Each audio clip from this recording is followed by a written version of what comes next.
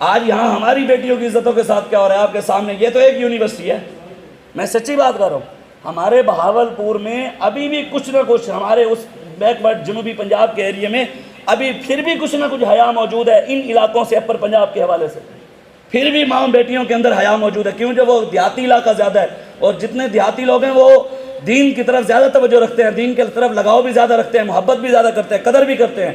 ابھی یہ ہماری طرف حیا موجود ہے اور یہ حالت ہے۔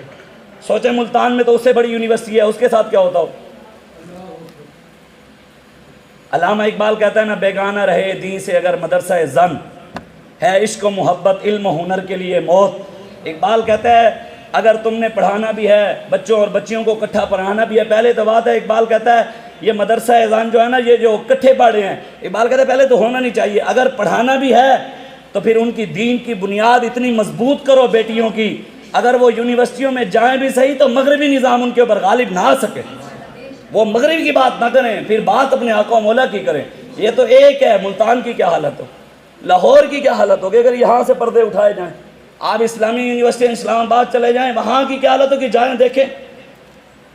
میں پرسوں رات کو اسلام آباد کے اندر ایک دوست کے ساتھ بیٹھا، زاہد بھائی ہیں، انہوں نے کہا میرا دوست اسلامی یونیورسٹی اسلام آباد میں 19ویں یا 20ویں سکیل پہ وہاں پر اس کی جاب لگی ہے، کہتے ہیں وہ وہیں سے پڑھ کر آیا ہے، ٹاپ کیا ہے، وہیں پر اس کی جاب لگی ہے، اس نے آ کر اپنے ماں باپ کو یہ گھر کہا، یہ میں نہیں کہا، یہ اس نے بات کی ہے، وہ دنیا دار آدمی، وہ پراپرٹی ڈیلر تھا زاہد صاحب، وہ مجھے کہنے لگا اس نے اپنے ماں باپ کو کہا کہ یونیورسٹی میں پڑھنے والی بچی کے ساتھ میرا رشتہ نہیں کرنا۔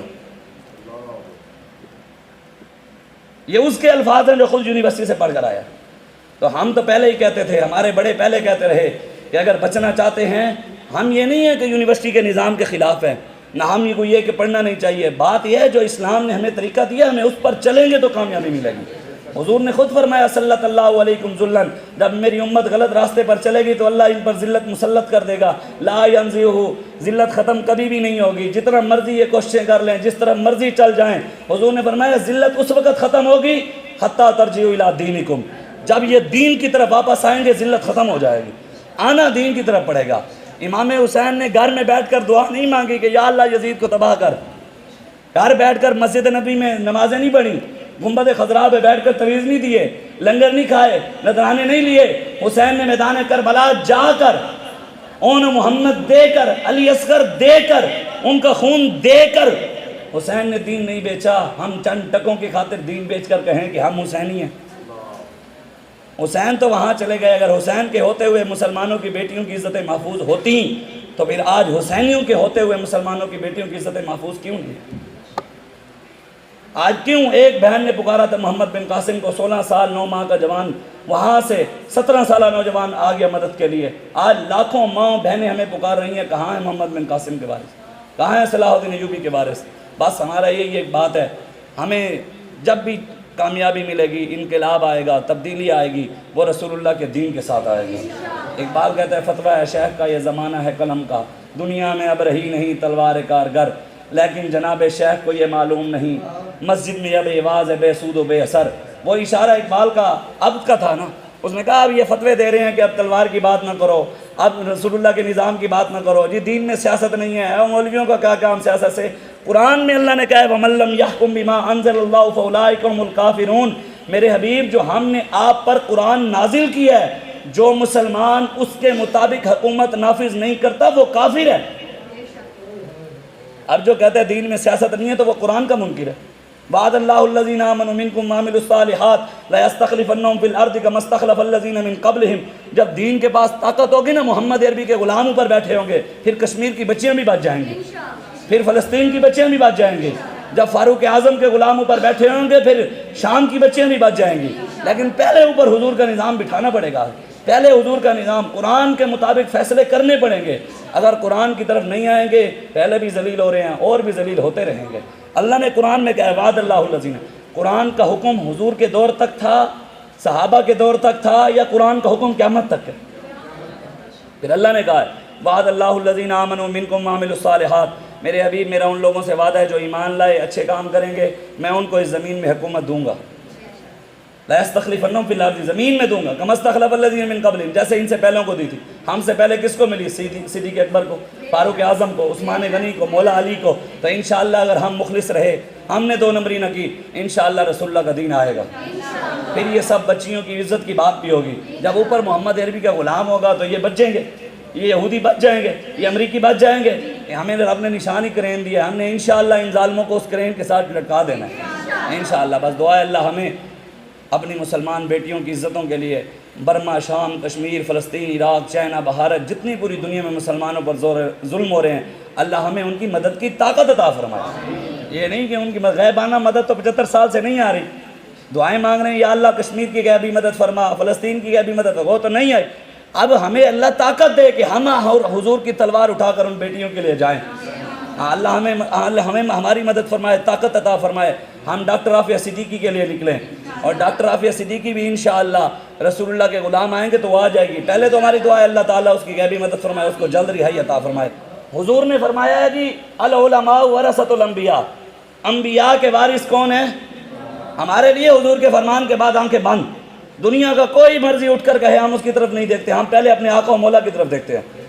حضور نے فرمایا العلماء ورثۃ الانبیاء، انبیاء کے وارث کون ہیں؟ تو ہم کیوں دیکھتے ہیں ڈاکٹر کی طرف یا انجینئر کی طرف یا بدماش کی طرف؟ ہم نے دیکھنا ہمارے مد مقابل اگر عالم ہے تو ہم پھر اس سے بات کرنے کے لیے تیار ہیں۔ اقبال بھی یہی کہتے ہیں، یہی بہتر کہ یہ الہیات میں الجھا رہے اور مسلمان کتاب اللہ کی تعویلات میں الجھا رہے۔ وہ کہتا ہے 5 کا ٹولہ ادھر بن کر بیٹھ جائے، 5 ادھر بیٹھ جائیں، 5 ادھر بیٹھ جائیں، 5 ادھر بیٹھ جائیں، 5 ادھر، وہ کہے وہ غلط ہے، وہ کہے وہ غلط ہے، وہ کہے وہ غلط ہے، وہ کہے وہ غلط ہے۔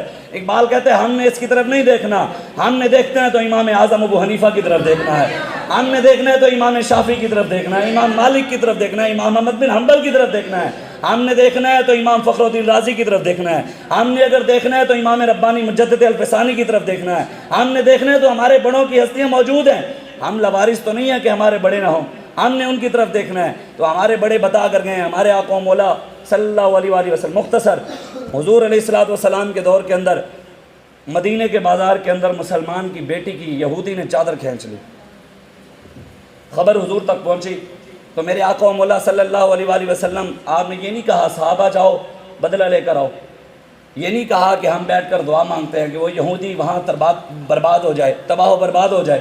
میرے آقا و مولا نے خود تلوار اٹھائی اور اپنی بیٹی کی عزت کے لیے خود حضور میدان عمل میں آئے۔ 15 دن حضور یہودیوں کے قلعے کا محاصرہ کر کے کھڑے رہے، انہوں نے تلواریں، نیزے، ہر چیز آ کر حضور کے قدموں میں پھینکی، کہا حضور ہمیں معاف کر دو۔ میرے آقا نے صحابہ کو فرمایا دھکے نکال کر ان کو مدینے سے باہر نکالو، جو ہماری بیٹیوں کو عزت کرنا نہیں جانتے، مدینے میں ان کی کوئی ضرورت نہیں۔ حضور تو بیٹی کے لیے تلوار اٹھائیں، آج ہم کشمیر کے لیے کیوں نہ بات کریں؟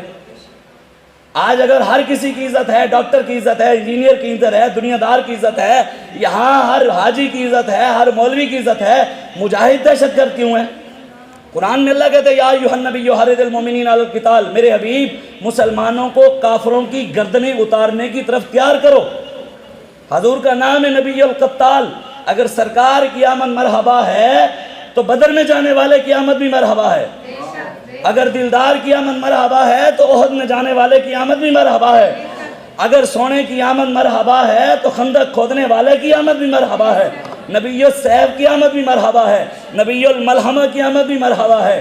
ہمارے آقا و مولا کی سیرت ہمارے سامنے موجود ہے۔ اگر کشمیر کے لیے، فلسطین کے لیے ہم چاہتے ہیں کوئی عملی کام ہو تو ہمیں خود اپنے اپنے طور پہ میدان عمل میں کھڑا ہونا پڑے گا کہ محمد سے وفات ہونے تو ہم تیرے ہیں، یہ جہاں چیز ہے کہ اعلیٰ قلم تیرے ہیں، واخر دعوانا۔